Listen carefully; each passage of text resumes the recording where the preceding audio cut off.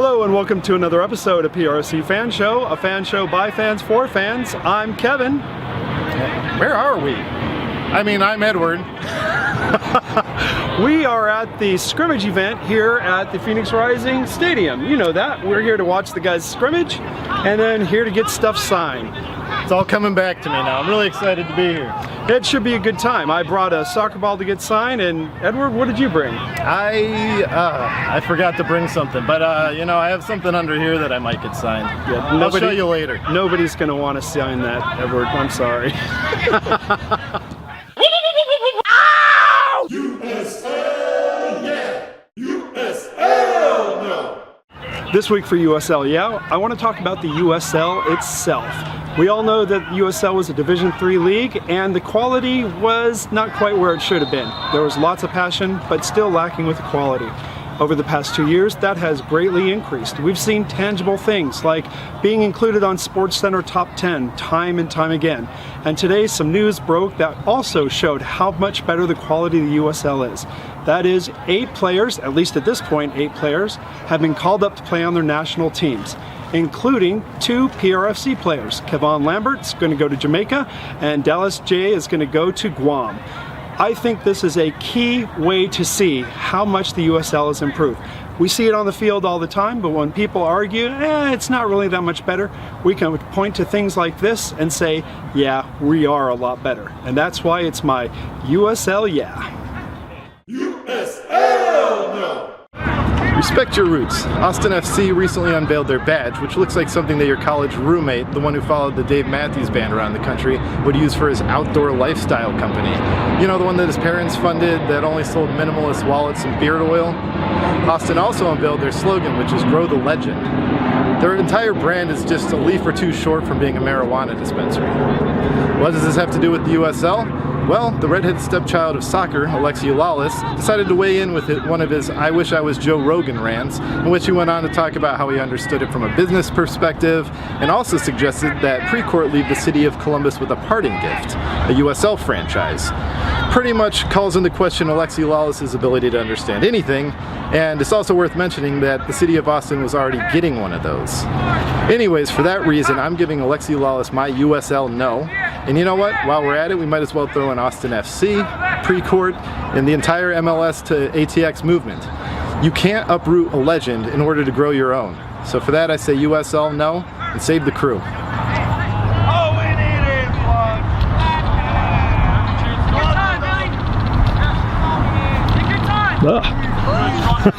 Hey Ed, you'll never guess who I got to talk to yesterday.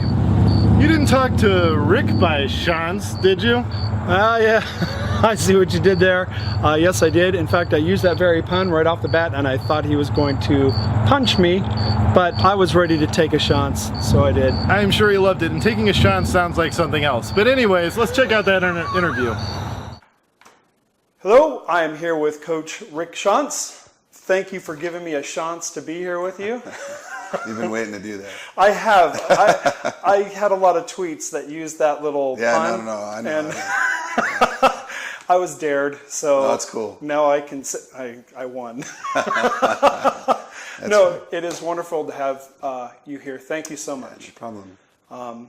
It is an exciting time for Phoenix Rising, and I think mostly because it seems like we're coming to the end of the season and we're starting that peak.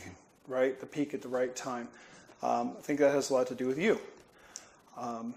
We are going to talk about that, but first, I'd like to hear a little bit about your career, about what you did in Tucson, and how you came up here to Phoenix, if you don't mind sharing. Oh my gosh, it's been a long time. You know, people might not realize what I've done. I grew up in Arizona. Originally from Yuma, Arizona. Oh, wow. I lived there till I was about 10. My father was in the Marine Corps and then became a highway patrolman. And he didn't want my older sister to go to high school down there. At the time, it was a choice between the criminals or the Kings. And so he wanted us to be in Catholic high schools. So we moved to Tucson, where my sister went to Sal Point, and I went to middle school there in Tucson. And started playing. I had been playing football since I was 4 years old in San Luis in Mexico, and but I played all the other sports. You know, soccer was just the one that I loved the most. I then in Tucson played middle school, high school, but at the time I was playing club soccer for a team in Phoenix, the Cisco Monarchs, and I got to give Peter Draxon some love. He was one of my coaches on that team.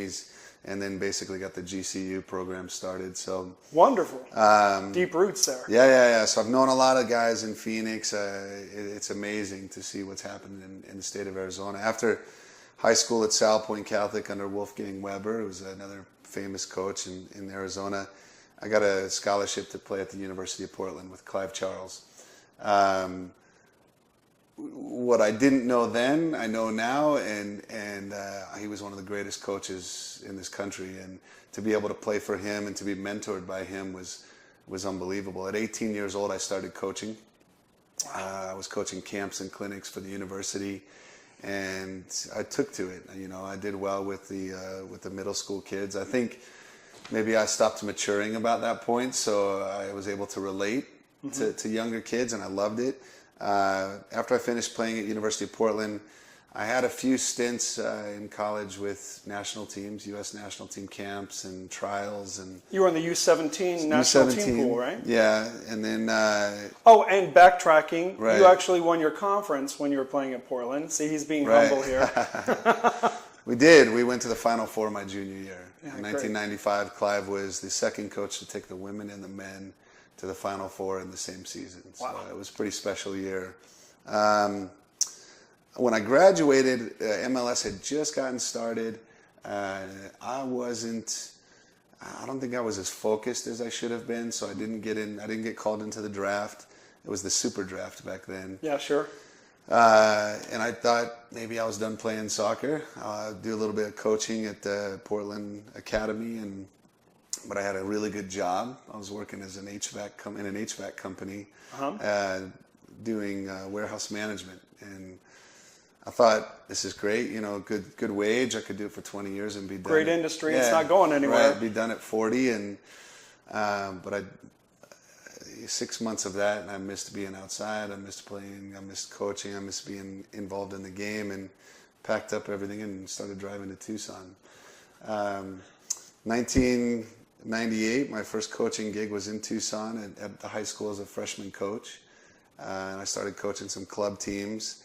And as a young man, kind of on my own, I made a lot of mistakes at that point. You know, I was got mixed up with kind of the wrong crowd, what I wanted to do with my life, and having, I guess you'd say, too much fun, and really needed to kind of get sorted out. So, like we all do, we find a good woman, and got my life straightened out a little bit, got a job. Why do I have Climax Blues Band going through my head right now, right? That's pretty much what happened, you know. I was offered a job as a PE teacher, believe it or not, at a Catholic school. All this time I'm still coaching, you know, just a couple of teams here or there, some private lessons, but I was still involved. I loved the game, and then it really took off for me. I was started my own club in Tucson, and then was working at Fort Lowell Soccer Club, CDO Soccer Club, just kept coaching. Now, what was the club that you started at? I started a club called Calcio FC. Calcio, that's it. Yeah, Okay. it was around for a few years. We had own field that we built. I used to mow the grass every day and take care of it myself. And I noticed it said that you constructed and maintained the field. Yeah, I was like, wow, man of many talents. I just loved it. You know, I've always been like fascinated with a beautiful pitch, and there's nothing better than fresh cut grass and going out and seeing a ball roll true. And you could ask our GM here. I'm always talking about our fields and what we need to do. Well, it's known that we have one of the best pitches in the USL. Absolutely, and they put a lot of, you know, with Didier and some of the players that we have here. I mean, you better have a good field because you've got invested money in these guys. So. Make a long story short, as I was coaching, a friend of mine, through Peter Draxon, believe it or not, he was working for Sporting Kansas City, called me one night and said they're interested in doing a preseason game. Would I be interested in setting it up? And if I had any contacts, I called a friend of mine, Greg Foster, who was an attorney, and said, listen, let's do this. And we went and met with the local baseball owner at the time, the Tucson Toros, and convinced him to help us out a little bit, use the stadium, and he was good with it, said we could use it. That's huge. Sporting said they would be able to play, they could get the New York Red Bulls to come down from Casa Grande. So here I had, at the time, Omar Bravo, you had Rafa Marquez, Thierry Henry. It was like the first big professional game in Tucson, and I was trying to produce this thing and didn't know much about it. But then 30 days before the game, our benefactor or financier, you could call him, pulled out of the game. Oh, come on. We hadn't sold any tickets. We had invested already $25,000 in the sod for the baseball stadium, and I remember sitting with my wife at dinner and a couple of my business partners and said, I'm going to buy the tickets. And I took all the money I could scrounge up, and we bought about $5,000 in ticket stock, and we rounded up 10 friends, and everyone had a swipe on their phone, and we went and sold tickets. And in 30 days, we sold 11,000 tickets for the game. And you got to be kidding me. no, that's how it all started. That's how that's FC like you're a Tucson band started. kid in band selling oranges to get to band camp. You know, Greg Foster, John Perlman was involved helping me out. The guy by the name of Dimitri Downing, and we had a tremendous amount of support with Richard Elias and Paul Cunningham, who are both city council member and a county board of supervisors. So they supported it big time for us, and they really helped us. And after that game, we took all the money we made and invested in the PDL franchise and committed to a contract with the county and said we're going to run a pro club. And that was the goal, was to become a pro club. And that's where FC Tucson That's how FC Tucson started. Wow. Yeah, I had no idea. The next year we ran a season, that summer we ran a season kind of in an independent, fake, just playing games to see if there was fan support. And we were getting 700-800 people a game, and it just kind of snowballed. And the MLS preseason event, with Arizona being such beautiful weather, it was like, I think we could do more with this. And Pima County was phenomenal with building fields for us. They turned the old Diamondbacks training facility into a soccer complex. Wow. And that's a lot of money. That year,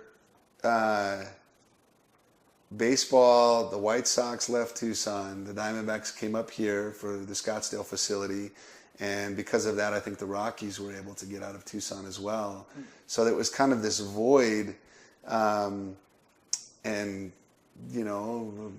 God would have it that we had this idea and this opportunity, and so sometimes you have to just be more lucky than good, I guess. And that was. But none of it would have happened if you hadn't already done all that other work, right? Right. Bought the tickets, sold them, So you're making your own luck in a lot of ways. Yeah, it's kind of been. You'd ask my wife. It's always been my MO is to take a risk, and so let's fast forward after 6 years at FC Tucson. I'd become really good friends with Frank Gallup. He'd come down with Chicago of the MLS, and I had Peter Vermees as a friend of mine, and I've watched these guys train and coach every year and written down every session they did. And I had the best learning environment you could imagine was being in Tucson watching these teams. Didn't Frank, he coached the Earthquakes, right? San Jose yeah, Earthquakes? San Jose. He was there with San Jose. Won a couple Jose, of titles? and they had come to Tucson. Uh-huh. Then he went to Chicago, brought them back to Tucson. And then he got the job here. Mm-hmm. And he had Mark Burcham as his assistant coach, remember? And Birch's a great guy, but Birch got a job to go to QPR, which was unbelievable. Yeah. And I had called Frank to congratulate Birchie and tell him how cool it was. And I was asking if they wanted to come to preseason that year. And he said, well, how about coaching? At the time, I was at a youth club coaching 3 teams. I was a tournament director. And that was CDO? This was in Tucson, CDO. Yep. My wife was teaching full-time. Life wasn't bad. I mean, we were comfortable. And I went home and said to Lissa that, I'm not getting any younger, and I think we got to take this risk. And she just rolled her eyes and said, "Here we go again." That sounds like she's a football player too. No, my wife never played soccer. She was a swimmer. Okay. But she's unbelievably supportive and just an amazing person. And she said, let's do this. Let's go. And wow. I think that year there, you know, I bought a car. They stayed in Tucson for the first half of that season, and I drove back and forth to coach here with Frank.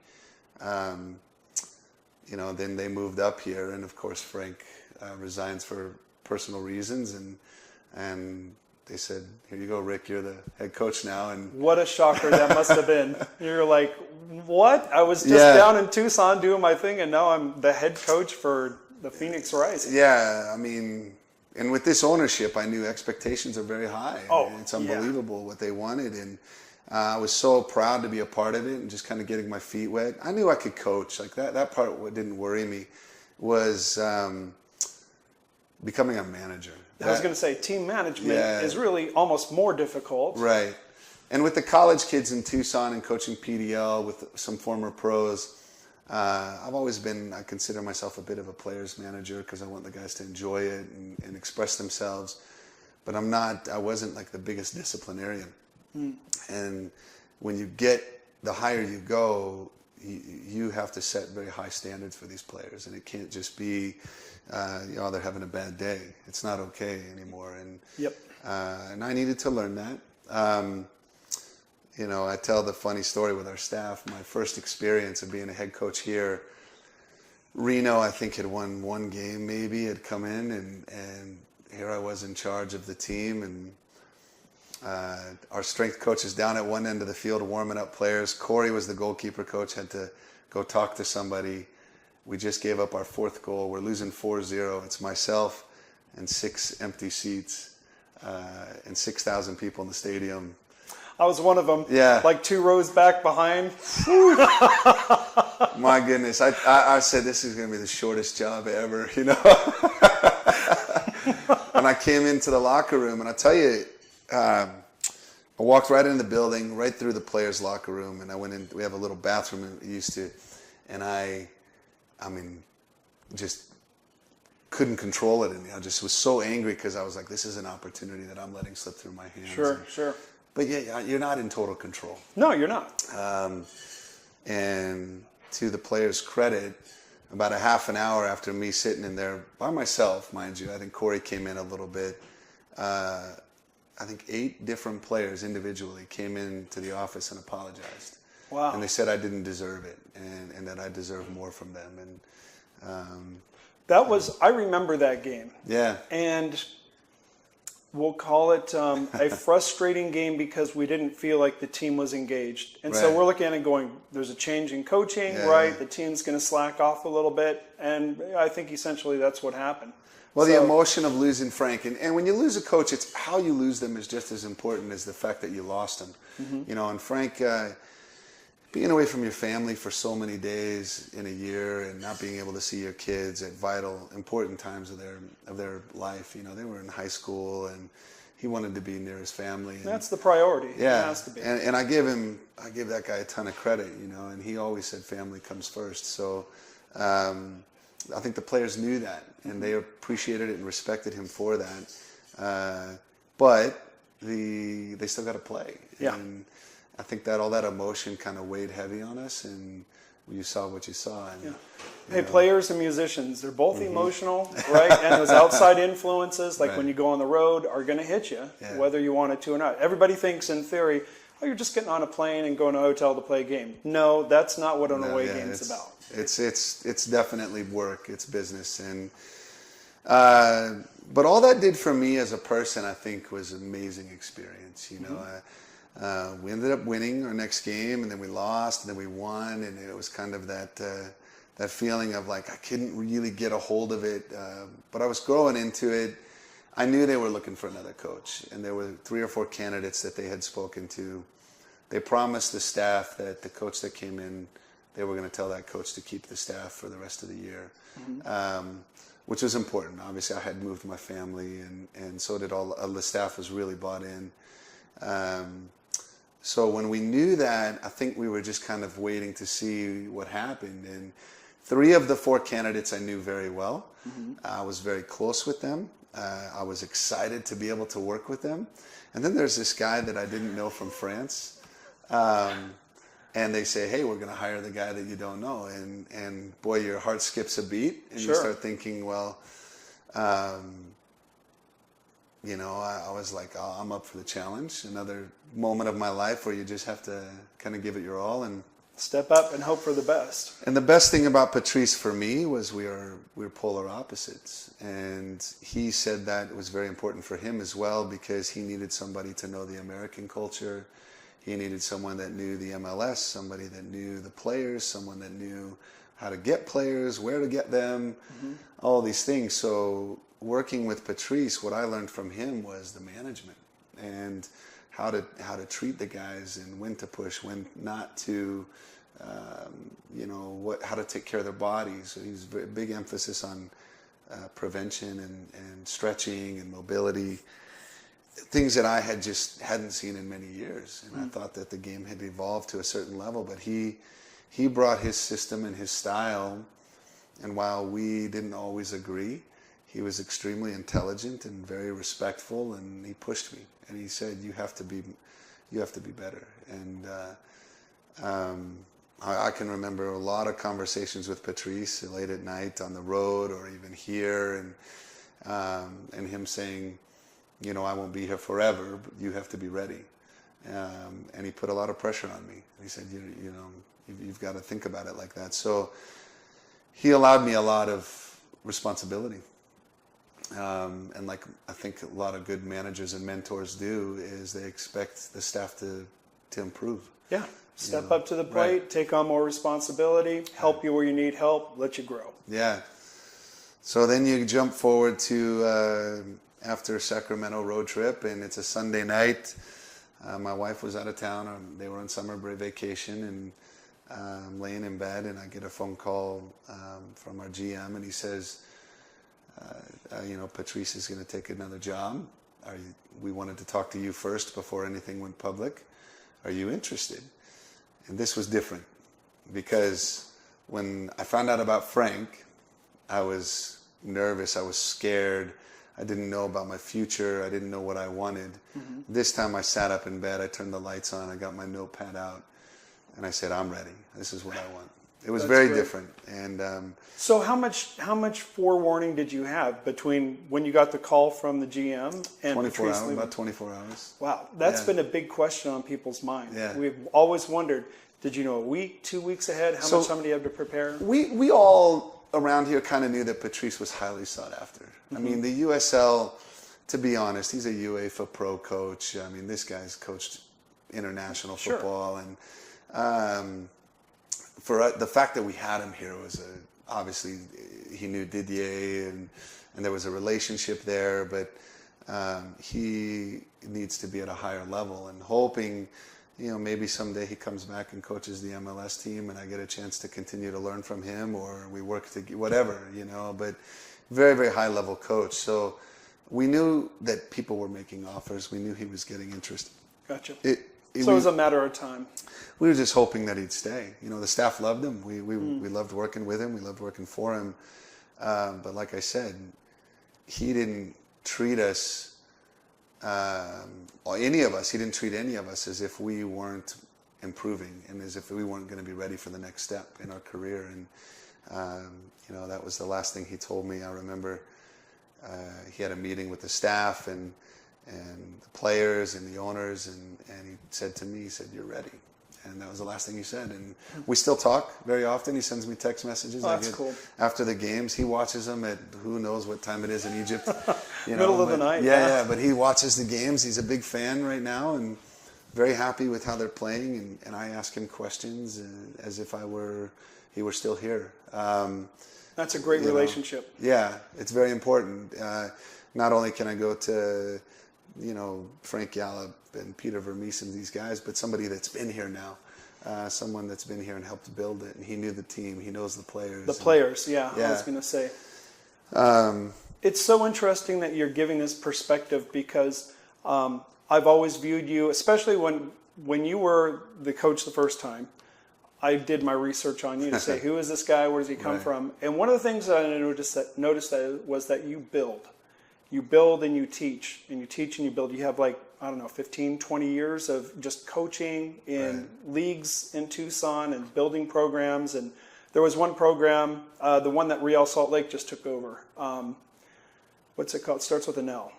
Was that Fort Lowell? Yeah, Fort Lowell. Yeah, the because Real club. Salt Lake just bought They them just, out. yeah, right. Southern Arizona. You know, you tripled the size of that organization, and so I see you very much as a player coach, and then the players substantiate that too. And so when you took over the second time, it was kind of like, okay, let's see where Rick is now and how the team's going to react. And of course, you came out with all cylinders firing, and so did the team. Yeah. And that was the biggest vote of confidence that we could have gotten as a fan base, was watching you guys come in lock sync and go out and win games right off the bat. Yeah. And we've had a couple bumps since then, but everybody does.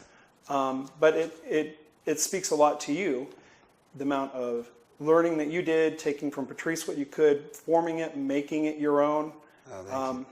Another thing about, from the fan perspective, is that we look at it, and the first 3 games, you use the same lineup. Right. And people are like, well, he's just going to continue to keep continuity for the players. And my take was, it ain't broke, so he ain't going to fix it right now. Yeah. But then when we started to have some bumps, you said, nope, now it's time to start mixing it up. And then, of course, the trade window came in, and that was very convenient. And I think some very smart trades were done. I was devastated when I heard that Tristan's gone. I was like, oh, no, that's too bad. Because we don't think it's permanent. Oh, good. Well, Yeah, so you heard it here. We hope that he comes back, and as of right now, I expect him to be back unless something changes. But we have a great relationship with LAFC right now. So great. He's a great player. He adds a lot to our defense. I think I love our back four. Yeah. But he added a lot of spice. Right. And that's what we need. We need some spice in the backfield. Yeah. And then, of course, Peter Ramage coming in, who I'm fairly sure has headed too many balls in his career, because he's a hard-headed man. He's sitting right behind us, so don't be too loud. I got to be careful. No, I talked to him one night at Thirsty Lion during an event, and he's just a kind, nice, guy. I saw him play in the BPL. I went over to England and saw a game where he was playing, and that level of intensity that he has, I'm sure, has just got to be being soaked up by our defense, which is great. Yeah, I know you were kind of talking about the team and me, but one of the things I did ask when I immediately took over is that after the ownership, they spoke to the players. Patrice just said his goodbye. I asked that I'd be able to speak to the guys without anyone in the room. Great. And I had to speak, obviously, with the ownership there. And at that moment, you kind of have to put your shoulders back. You have to hold and say, this is my team. We're fine. But the owners walked out. It was just me and the players. And I immediately sat down on the bench with the guys in the locker room and said, it's your team, guys. It doesn't matter who the coach is. You have to play. You have to play together. You have to come together right now. And I asked them to speak. And one of the first times in my career as a coach that I think almost everybody had something to say. Wow. And you could almost feel them lock out the outside world and just come together. And I knew walking out of that room that we'd be fine that week. I knew that would be okay. As opposed to my previous experience where everyone wasn't sure. It was chaotic back then. Yeah, so this transition had a lot to do with our ownership, and the fact that they right away said that I would have the position for the remainder of the season. They committed to me, so I think the players bought into it. The players committed to one another, which was my first goal, was to get them to buy into each other. And then, of course, you have your ups and downs. You're not going to win every game. No. Patrice knew as well that there were areas we may have to improve as the year went on. Working with our general manager, I really get along well with him. So I said that let's not go out and spend a ton of money and buy players, or let's not sign guys we don't know. Let's see if we can't get some loans and kind of elevate the squad, whether it's short term, long term, whatever, but see what we're capable of doing as a team. And Saad came to us from New York City. Bobby worked with Claudio Reyna in their technical department. Assad and Amadou Dia were friends previously from Sporting really? Kansas City. Oh, I didn't know So that was how that kind of, and I had thought about it, and we called New York, and they thought it was a good idea. So we knew we were going to get Saad at the time, and Ante Razov is an assistant coach at LAFC that I grew up playing with and against, and I've kept in touch with him and said that if they had any players that needed to get some minutes. And ironically, I mean, this was like building up, and then we lose to Orange County, you know, and the way we lost to Orange County was just, I was so angry because for 30 minutes you saw what Phoenix Rising could be, but for 60 minutes you also saw what we could be, and it was like, we're not going to win a lot of games if we're that inconsistent. So, and I told the players after the game that I was very, in some choice words, I was very disappointed. It was the first time I think I really got after the guys, and I said, if you're not here to win a championship, and if you're not going to give me what I need, I'm going to have to improve the team. And of course, like 3 days later, we have 3 new players and on the loan, and what that did is it elevated everybody. I mean, I've seen it. It just injected some energy and a new feeling. And you said it. You said we needed to mix it up because the other teams might know what to expect when we come on the field, and that's what you've done. It's paying off in spades. And I got to give these guys credit. I mean, Billy Forbes, you know, just coming around at the right time where, you know, and he's starting to buy into it. And I think, you know, with Patrice and the, you know, speaking French, and there was a different relationship, and you know, it took a little bit for Billy and I, and we had to work it out. But man, he's been a true professional, and he's worked hard every day, and I'm happy for him now that he's performing. He's heating up. Yeah. Frater, same thing with Frater. You know, it wasn't easy for this guy. You know. We would all say Kevon is just in his own head, and he's got to get out. And boy, that goal the other night was just fantastic. I mean, when he's smiling, he's a pretty special player. Yeah, you know, that's what I tell him. I like when you're having fun, it's unbelievable. So Devin Vega, he's on fire right now, offensively, defensively. He's doing really well. But I think you were just saying that he's young, he's inexperienced, he's still got a ways to go. I think if you told Devin that he had to, you know, run 13 or 14 kilometers a game and he had to high press everywhere all the time, he would do it and he'd be able to do it. The problem is 11 guys can't do that. 11 guys can't do that all the time. Sure. And you cannot, it's very difficult to play a game that way. There are very few teams in the world that can play that much pressure all of the time. So he has to learn that sometimes we close passing lanes as opposed to pressing, and sometimes we press, but he's really come along. He's come a long way, and he's starting to understand that playing within the team is, you now can see his flashes when we need to see it. So it's, and what he's done is he's elevated Gladson's play as well. You know, now Gladson's pushed, and he knows that he's going to have to perform, which is what you want. Competition is going to make our team better. Best thing of all. Yeah. I'm talking to Gladson later today, actually. Oh, cool. And I'm so happy for him because he has just kind of gone through a rough patch, and now he's coming out of it. A lot of players are at the right time of the season. I think the team, what I see from the players, the interaction I have with them, they don't tear each other down at all. There's so many teams with egos and problems with tearing each other down. Do you see any of that? It doesn't seem like it's No. There were some times this season, I think since I took over, where questions are being asked, but that's natural. Sure. You know, I was the new coach, and the pecking order had to get reestablished. And I had to make sure as the manager that I was at the top of the pecking order, but we have some personalities, you know, and Didier was gone. He was at the World Cup. We communicated regularly, but I think it just took, there were some key moments that I had to make decisions, and the staff had to step up and do what they needed to do, and we got the results at some key times. You know, obviously there were some big blow-ups as well. but I thought we responded very well each time to those big blow-ups. So now it's learning about consistency, and so you don't see it amongst the players, not at all. They've been great. They push each other. They have their occasionally there's a fight, the arguments, but it always stays on the field. It's never in the locker room. That's all that matters. On the field, you've got the passion. You want that. You want that fire. They're competitive, as you can imagine. The defenders against the offense is always our most competitive day, and there's a lot of trash talking.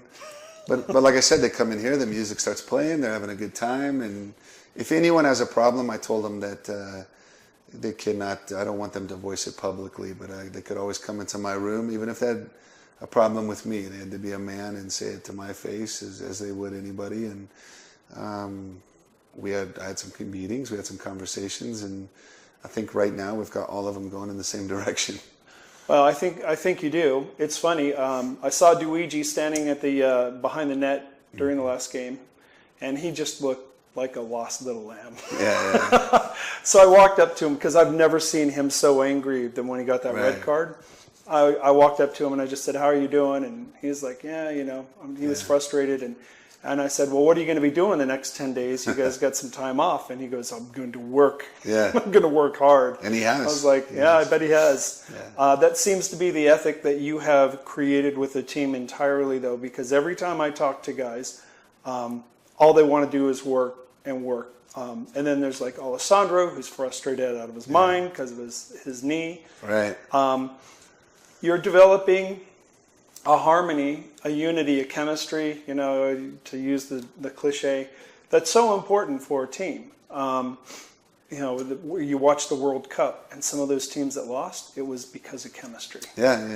They got to be together. Yep, absolutely. Right. So let me ask you a couple of questions about DDA, because we can't avoid the topic, right? Yeah. So of course, like everybody else in the world, I'm a big fan. I've seen him play in England, and he's DDA, right? I had to laugh when I saw the King's Court thing that they're doing on the 11th. Right. They're saying that it's his last regular season game. Mm-hmm. And to me, that's a big deal, because that's the last game of decades of huge football, right? Right. Are we going to see him playing beforehand, can you say? Or is he going to wait and that's going to be a swan song? Or what's going to happen? Or is this a marketing thing? Because there's the postseason. Didier wants to win the championship, and he's working very, very hard. I think today he led the team in training in sprint distance, which is, for a guy his age to be working that hard. He also brought the team in today kind of without me asking, and he told them, "Guys, I'm here to win. If you're not here to win, the season is almost over and you'll be out of contract. You can go." Which means to me that when we need him, he'll be there. That's awesome. And I can't commit to when he's going to be ready and when he's going to play, but I know that he's working extremely hard, because he will do everything he can to help this team win. And I expect that he'll be on the field and he'll be a major role for us. Well, better later than sooner. Get him really fit, and rested. He is an old man. Sorry, DDA. I told him he's going to get so fit, he's going to be playing so well that he's not going to want to retire. And he said, no, Rick. He's like, the sun, it's killing me. Yeah. So with DDA, when he's on the sidelines, he's very, very vocal. Now, I just laughed at that dynamic, because there you are, and you're the head coach, and you've got one of the biggest soccer players in the world sitting there on the sideline. How is that dynamic with you both working together and getting the team? Because I know knowledge transfer from DDA is probably more important than his play on the field. Yeah, unbelievable. I mean, I'm learning a ton from the guy. I think the single most important thing for Didier and I was he didn't travel to Las Vegas, and we had talked quite a bit about the game plan for that game. We knew it was going to be a circus. We knew it was going to be the worst environment you could imagine in the league, and we knew they were going to play very direct. All of things that don't usually bode well for us. And when a team just starts playing direct and it's smash mouth soccer, and if they get an early goal, things don't usually go well for us. So I said to him that we have to stay calm. You know, when we start screaming and yelling at referees, which we did against Orange County, and when the bench was up all the time, we were upset. It was never our fault. It was somebody else's fault. And when I had that conversation with Didier, he said, "You're right." You know, and he said, "This team responds to us. When we're screaming and yelling, they raise their blood pressure. When we're calm, they stay calm." And you had some new players. You know, you have some guys that have come in like Patrick Vieira, you know, was a coach for Saad, and you have Bob Bradley was a coach for Tristan and Shaft. So staying professional was very important to me. And we go into Vegas. And I said to Rambo and Corey, I must have told them probably 4 or 5 different times during that match to sit down and be quiet, stop yelling at the players, and let them solve their own problems. Was probably also the first game, I'll tell the fans, that we did not assign anybody on set pieces. So that was the first game where we said, "You figure it out defensively." And I know that killed Rambo and Corey because we all want preparation and planning, and it was not easy. But I said, guide them to figure it out and let them talk. We always say they don't talk enough. Well, because we give them the answers.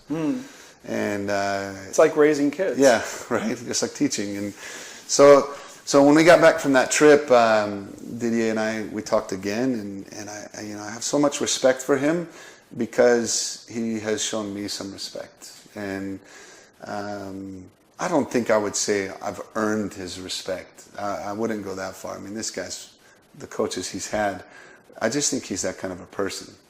Yeah. You know, he treats people the way he wants to be treated, but he has high standards. And he pushes you to reach high standards, not just as a staff, but as players. He challenges his teammates. He challenges all of us, you know. So having him on the bench has been great. However, I have had to remind him a few times, you know, hey, don't yell, stay calm, stay calm. That's been the focus. And I think what you saw against San Antonio, getting the early goal for us is always fantastic. But you saw just like this enthusiasm to play. I think the boys were super happy. They were excited to be at home, to play some football. The midfielders were opening up the game. And then Colorado, we knew would be difficult, and you know, I got to give Tritt a lot of credit. He outcoached us a little bit. The first 20 minutes, I thought that their game plan was shocking to me, how much pressure they were applying. It was ridiculous. Yeah, and we were trying to tell them to hit our guys to play long, which is opposite of what I've been coaching. Yep. We were like, there goes another long ball. Yeah, so we had to start playing in behind and finding ways to open up the game, and that's frustrating, you know, for a staff when now you want to start screaming and yelling because you have 6,000 fans, the players can't hear you, so you want to yell, and it was contrary to what I'd been saying. So at halftime, again, I said to Didier and Blair and to Rambo that I needed some time to kind of figure out what I wanted to do. So I go in another room, and all 3 of them go in with the players, and they kind of killed the players. You know, they got after them and said, we're not going to ruin this. You know, we're on a good run. This is an opportunity for us. And it allowed me to come in and just give them the tactical aspect. Like you said, be calm and execute. Yeah. And it was perfect, again, because with Didier on the bench, when he supports it and he's a part of it, the players just buy into it that much more. Sure. You know? And now we have some time to continue to push them and to be better. And we, again, he's a major part of all of it, with the learning and the teaching and as well as the playing. So we all have to take advantage of it while we can. Yeah, I think it's great. We keep arguing, well, me and a couple other people keep arguing if we're going to see him on your technical staff next year. And I know there's no word going to be shared about that, but it'll be interesting to see. And if we move up to the MLS, frankly, I'm a big proponent. I think they need to remove the term interim from your title. I hope so, but no matter what happens, I just want to be a part of the franchise going forward. I love it here. I've bought into it. I'm all about the franchise and the logo, and to kind of go to your earlier point, whatever Didier does, he'll be a part of what happens here. You know, whether it's here, he's going to be an owner, he's going to be a technical director in some sense. You know, he's going to give us advice all the time. I don't know what role Didier sees himself in the future, but to me, he's always going to be, you know, somebody that I can continue to ask questions and learn. And so I hope that I get that opportunity to be the head coach again. We'll see what happens. Yeah, I think it would be well earned. The season has just been a wonderful roller coaster. I mean, because it's the drama and it's the play. Yeah. Kotaro leaving, you picking it up, us just soaring and then falling and then getting back up and soaring again. And we look at the last quarter of the season and what we have ahead of us, and it's never easy, Right. but it could be a lot worse. And that bodes well for us because it gives the opportunity for Real to stumble, you know, Yeah, maybe. and maybe take advantage of it. We'll see. My big thing is I just want to go and beat Eastern Conference teams, man. I just want to go in and just kill Cincinnati so bad. Or Louisville. If we get to play Cincinnati, that means that we've beaten 3 very good Western Conference teams. So correct. Let's one step at a time. Yeah, we just focus on RGV on Wednesday. That's it. Understood. Yeah. But it would be fun to dream. You know, thank you for taking time to speak with me. The insight has been fantastic. Anytime. We enjoy. Don't say that because then I'll just be here every day. We enjoy the team. You have the fan base behind you. You should know that we believe in what you're doing. It's just a fun ride. I talk to people like the John McPhersons of the world, who I'm sure you know well, and when you have people like that who just are rock solid behind you, you should feel good. Well, I really appreciate you saying that, and I appreciate the fans so much. And there's been some difficult, challenging times, and I said this to the staff. They all try to stay off social media, and it's kind of my way. Twitter's always my way of reading the news, and of course you throw in all the comments. But I said that when we lose or we don't play well or I make a bad decision, I don't mind that there's comments, you know, and if people want to challenge me, if they have their opinions, because what that means to me is that they care about the team. That's it. If no one was on social media, if people weren't bad-mouthing the coaches, or if they weren't, then you wouldn't have invested fans. I mean, look at Real Madrid when they have a poor run of form, if they ever do. You know, the fans, they let the president know, they let people know, and I understand that it's sport, it's professional sport, and I read those comments and I take them to heart. But everyone needs to know that no matter what, every day we do come to work, and it's a fresh day. We start over every day. The players do, myself, the staff, and we put 100% into it. You know, and I think the guys that come in, you know, Saad and Tristan and Shaft, and anytime a new player comes in, they see how much the fans care. They see how much ownership cares, and they see how hard the staff works for the players. And you can't help but fall in love with the franchise. I mean, these players, they love the badge. And you watch, Shaft Brewer's been here, a week, and we score a goal and he's kissing the badge and a celebration. It's pretty special, you know, and I think there's a big thing growing here in Phoenix, and Arizona deserves it. It's been a long time coming. It has been. You're a big part of it. I'll say this just as the last thing. I go to some of the away games, and the difference between what I see with the other teams and what we have here, I've been to an Atlanta United game too. I've lived in Atlanta for a long time. Completely different. They have 70,000 fans there, but I'll put ours up against them because they turn on their team so fast. They're so bandwagony. And with us, there are going to be comments, you know, because that's the way it is. Right. But nobody turns on the team. No, everyone loves the team. Yep. Oh, when we score, it's awesome, man. I can't tell you. Corey and these guys kind of tease me a little bit about when we score. They're like the unbridled celebrations that I have. I'm just so happy for the guys and for the fans and for my wife, because it just reduces the stress every time we score. So it's gonna be happy at home.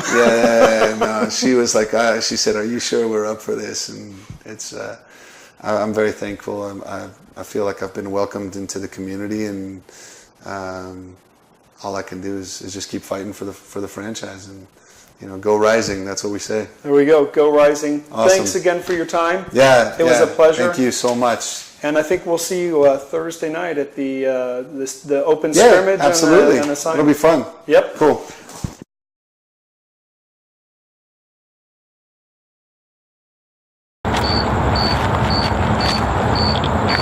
Where did everybody go? I don't know. I don't like it. How do we get out of here? Security. I'm going. I'm finding my car. Yeah.